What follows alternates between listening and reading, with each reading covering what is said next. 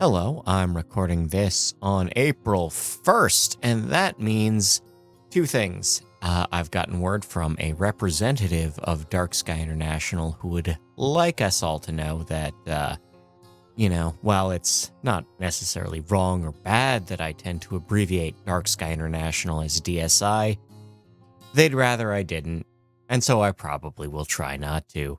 Best as I can. Best as I can. It's also time for the Darkness News Update, brought to you by the National Association of Innovative Lighting Distributors, the only lighting organization that is actually going to train people, not just certify fixtures, but train people on how to put lighting out at night in a way that is responsible, respectful, and recognizably good. Let's get into the news. We have a new circadian metric. This comes from Human Med School in Russia, showing signs that a biomarker known as NR1D1 or Rev-ERB alpha, this is part of a genetic expression that happens during the day, might just be a better circadian indicator than equivalent melanopic lux or circadian stimulus. We'll see how that goes. Maybe we can get them on the show. The time change is going to be tricky for recording, but maybe we can make that happen. Monash University has gamified circadian entrainment with a new app that helps improve sleep quality. This is based on a series of tests of Australian air traffic controllers and soldiers. The University of Michigan has created an app to boost circadian entrainment during cancer recovery. This combines a lighting intervention as well, but it is showing signs of helping with sleep, energy, and function while in recovery from leukemia.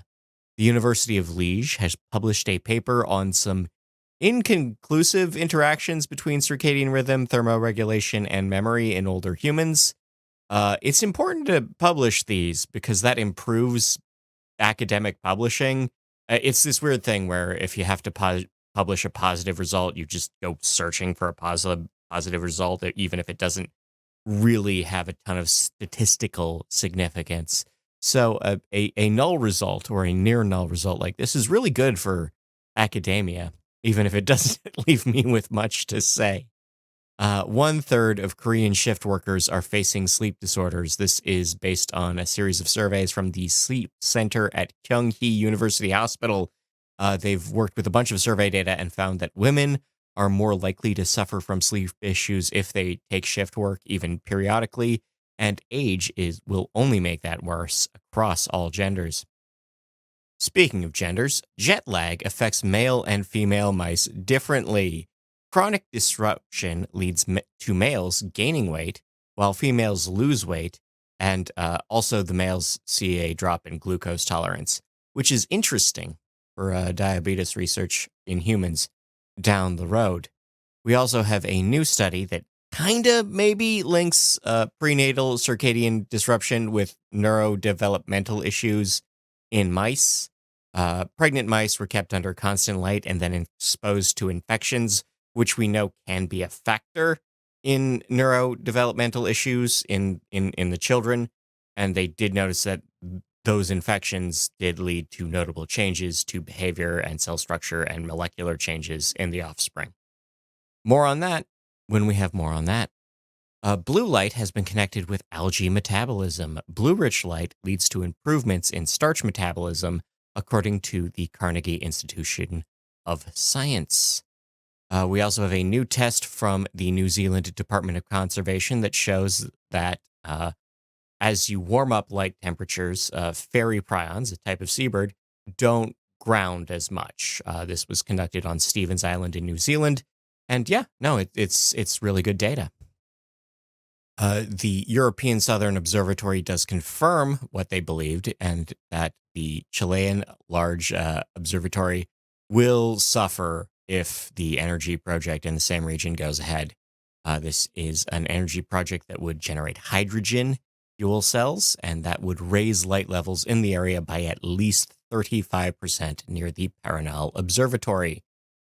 The Vera Rubin Observatory is confronting low-orbit objects. This is a new survey that the observatory will conduct in hopes of managing satellites and their impact on the work of astronomy. The European Space Agency has set a zero debris standard. They have published a charter with a number of nations already signing on, and they are calling for a better plan for orbits for low orbit objects and for better end of life planning for all orbital objects.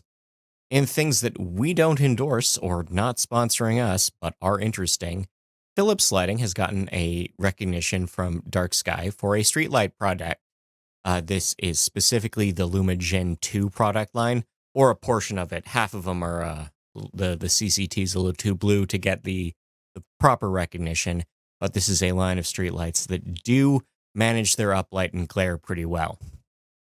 You can save the date because the new observatory and dark sky space in Fountain Hills, Arizona, will be opening this fall. Grand opening will be held for the observatory and Science Center. The Florida Keys are beginning to advertise themselves as an astrotourism location. They don't have any recognition from any large body, but Space.com does endorse their Winter Star Party. We'll see if they get that sticker from Dark Sky International down the road. Nevada City, California, a confusingly named place, has begun moving ahead with a lighting ordinance. This is a draft plan from local dark sky representatives. In Delaware, the town of Fenwick is studying their dark sky options with an ad hoc committee, starting with public outreach programs and education, and maybe that turns into a lighting ordinance down the road. In the UK, Dorset has received a paper from Gavin Ryder and the local head of highways to push the council to warmer LEDs on the roads.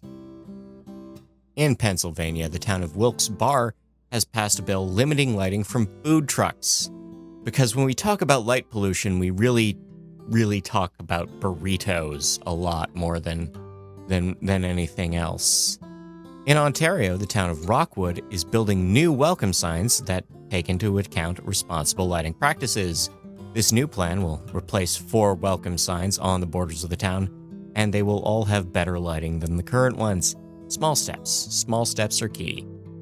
In the UK, a West Ferries terminal at McEnroy's Point just updated their lighting. A local manager from the ferry terminal, as well as dark sky advocates, actually sat down and had a chat about their lights, and they were able to use the existing fixtures and just adjust the angle and CCT, and it's for the better. At Ohio State University, the police are planning on all-night cruise lighting, which is to say that police cruisers will be flashing their red and blues all night long. This is based on a similar program from 4 years ago in Texas, where the University of Texas, Central Texas, had police try to deter nuisance crime by keeping their lights on all night. And what they found was, we don't know. They never published any results. This is purely theater, and I'm sure absolutely no one will suffer on midterms because of this. In the Philippines, the federal government thinks it's a great idea to shoot lasers at the side of the Mayon volcano for a light show. Locals would rather that not happen. In Randallstown, Northern Ireland, Cotters Park, a glamp ground, a fancy campground, has been accused of being just an outdoor party venue, and the lighting is bad and nobody likes it, and they would really like it if they stopped.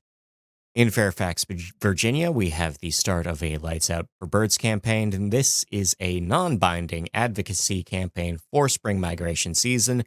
Following along from that is the Erie Bird Observatory in Pennsylvania hosting a Lights Out event. They'll actually just be recycling video from Lights Out Texas. Lights Out Texas is starting up for migration season as well. This is a group of non-governmental organizations trying to do something governmental organizations should be doing, which is to preserve bird safety and manage lighting during migration season, because birds will just hit the side of a building. Birds aren't smart. We gotta be smart for them, guys. We gotta do that. In Volusia, Florida, sea turtle nesting has started early. On March 9th, we have the first observed leatherback turtle laying site. Normally that happens in May.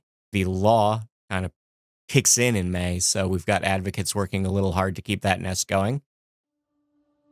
And in Summit, New Jersey, residents are pushing back on a proposed Unitarian Universalist church, specifically for the amount of parking they'll need and the amount of lighting that they'll use. Longtime listeners, longtime viewers will note that we've been accused of being anti-Latter-day Saints because we have a habit of, because we backed Wasatch residents against an LDS temple about their lighting issues, and since then we've had a habit of calling out other proposed LDS temples for their lighting issues. And it turns out that no, it can just happen. Any church can just have a bad lighting plan, and that we ask them to consider the social, moral, and economic value of just being better about lighting. In Fairview, Texas, the mayor is claiming that a planned LDS temple is already in breach of a mediation agreement.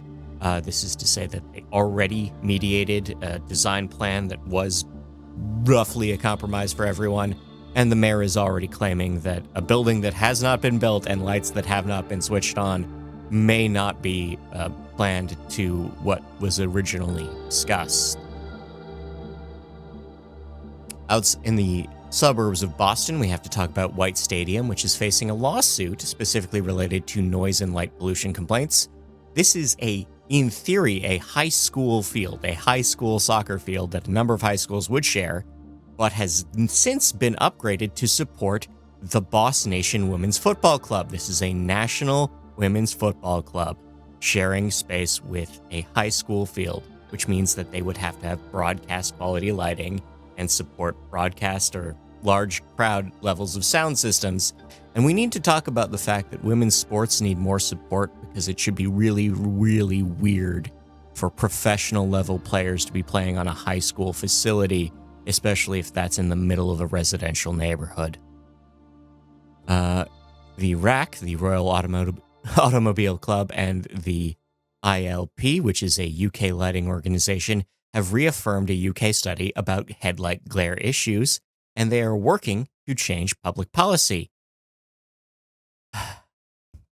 Speaking of cars, once upon a time a man told me that the self-driving car would end light pollution because a self-driving car would be able to take advantage of light in the non-visible spectrum to feed its sensors so that they would not hit people. This man did not know anything about safety regulation, did not know anything about insurance liability law, did not know anything about urban design, and did not know anything about the general avarice of the American advertiser.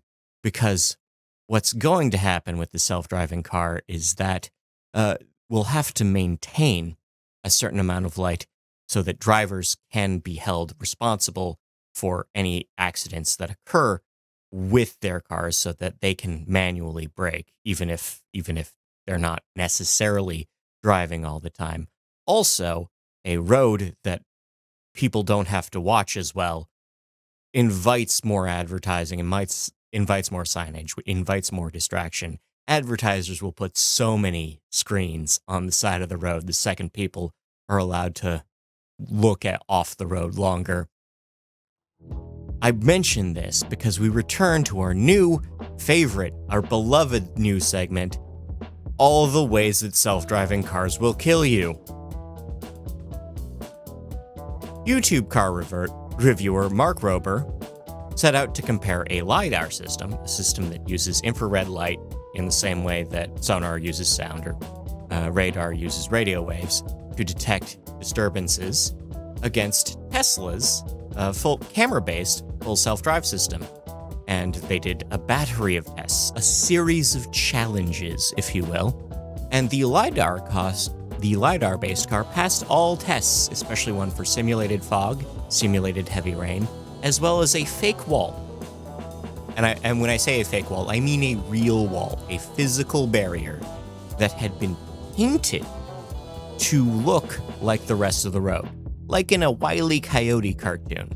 And what happened was that LiDAR car passed all these things. They were able to realize a wall was a wall, a mannequin was a mannequin, even when surrounded by fog. And the Tesla couldn't. This was contentious because it's a car test on YouTube, and that's always going to be contentious. And also because it's very easy and popular to criticize anything related to Elon Musk. Fortunately, a different YouTuber, Kyle Paul, was able to recreate the wall test portion of this, and he did determine that a newer Tesla, a Model Y, still would fail that test. And then he tried it again with a Cybertruck, which passed, but even he says that's probably because he did it later in the day and it was easier to tell that the mural painted on the wall was not the road because of changes in lighting conditions. Anyway, beyond talking about self-driving cars and why I hate them, let's talk about a thing I like. Professor Nick Dunn of Lancaster University has published a book for general consumption. This is Dark Futures, When the Lights Go Down. And I ask you, do we need a book club? Is that a thing you would want? Would that get like donations to the Lighting and Darkness Foundation if we had an exclusive donor book club? Is that a thing you'd want? Hit me up in the comments. Lastly, the virtual pop idol group Hololive has endorsed streetlight vandalism. This is a new single from the virtual YouTuber pop group. The song is called Moonlight. The chorus calls for damaging street lighting to restore starlight and also love. My translation skills are a little rusty, but don't do that. Do not damage streetlights for the sake of starlight or for the sake of love. What you should do is put hats on streetlights. A Berlin artist, Alana Rode, has begun placing custom-made hats on lollipop-style fixtures. This is, a no unshielded device that looks a bit like a lollipop. That's why we call it that. But it is an unshielded lighting fixture in the Brunnenviertel district of the city of Berlin. She's got a few up already. The locals seem to like it and are already calling for her to do one that it looks like Darth Vader's helmet. I've definitely hit the maximum number of pop culture references I am allowed to make in a week. So we're going to call it here. I want to thank you for your time and attention. I want to thank the Lighting and Darkness Foundation and the National Association of Innovative Lighting Distributors. I've been Scott Wachter. Until next time, take care of yourself.